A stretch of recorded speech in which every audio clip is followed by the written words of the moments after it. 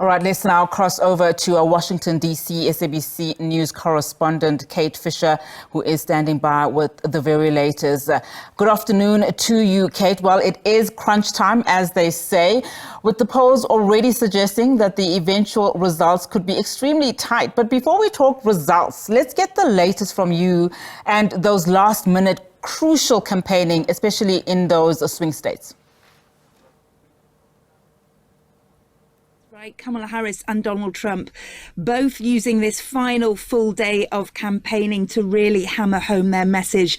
Donald Trump covering 3 swing states. He'll be in North Carolina, Pennsylvania, and ending his day, his final rally in Michigan, as he has done the last twice that he has stood in a campaign for the president. Kamala Harris, though, is spending the entire day in the swing state of Pennsylvania, arguably the most important swing state. It has 19 electoral votes, so it is the most valuable to either of the candidates who are trying to win the White House. So she will be going to different cities and towns across Pennsylvania today, ending her night in Philadelphia on those steps made famous by the Rocky film. And she will be holding a rally there, which will be star-studded. She'll have the likes of Lady Gaga, Jazzy Jeff, Oprah Winfrey, all appearing there alongside her as the final push to win that crucial state of Pennsylvania. Will it be enough, though? I mean, we've seen a lot of celebrities coming out to support their various candidates. We've seen big stars from both camps.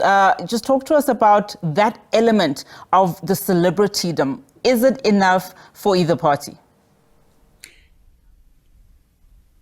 I mean, I think at this stage, most of Americans know what they're doing. They either love Donald Trump or they despise him, and and that will either lead them to vote for him or not vote for him. But whether the thing that Kamala Harris is trying to do is get those Republicans who do not like Donald Trump. So that is the only bit where there is any chance of grabbing some new voters. Those people, for the Democratic side anyway, are those people that are natural Republicans but can't bear Donald Trump.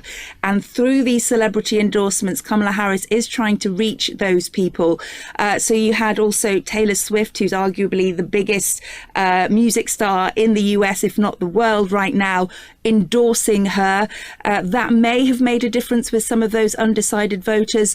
But what I think is really key in these last few days of the campaign is the Puerto Rican pop stars and notable celebrities coming out, the likes of Jennifer Lopez and Bad Bunny coming out. They have big followings amongst Hispanic population here in the US, and it follows those comments made by a comedian at the Trump rally in Madison Square Gardens in New York last weekend, where a comedian called Puerto Rico an island, a floating island of garbage, which has gone down very badly, understandably, in those communities. The Harris campaign has really picked up on that, as have these Puerto Rican celebrities like Ricky Martin, he's another of the stars who will be appearing in Philadelphia tonight. So in that sense, I think perhaps that will have an impact, because perhaps voters in those communities who were not going to bother may be energized by these very famous people within their communities. I want to quickly, Kate, touch on those 7 swing states, also known as the Rust Belt and the Sun Belt states. And looking at, of course, where Kamala Harris and Trump have just been recently. Of course, we talked about, Kamala Harris being in Michigan. That has 15 electoral college votes, and Donald Trump in Pennsylvania with 19 electoral college votes. Also other states, of course, Arizona, Georgia, Nevada, North Carolina, as well as Wisconsin. Just looking at those states, what does history and the trends kind of tell us in terms of where we're likely to see some form of movement, particularly for Kamala Harris and Donald Trump?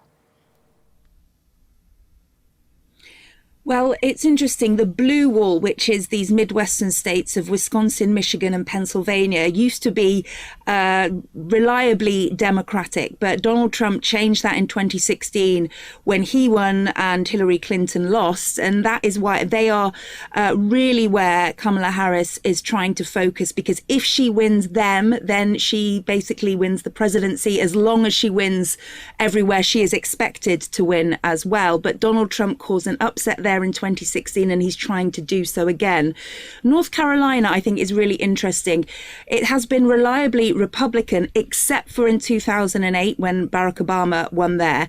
But clearly, Donald Trump's campaign is concerned about whether he will secure North Carolina, because he keeps returning there, including today, the last day of full campaigning, which in the past Republicans would perhaps be fairly certain about taking North Carolina. But Kamala Harris has spent a lot of money there. She's really trying to make inroads among the urban centers, among women there, whereas Donald Trump's supporters tend to live in the more rural areas. So that has become a really interesting battleground state.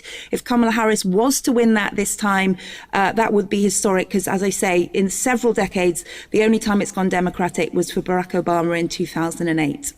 Thank you so much for that, Kate. Of course, Kate Fisher coming to us live there from Washington, D.C. In fact, talking about North Carolina there, what we know about it is that it has a population of 10.8 million, also referred to as the Tar Heel State, also called the Purple State, which could turn red or blue in the 2024 election.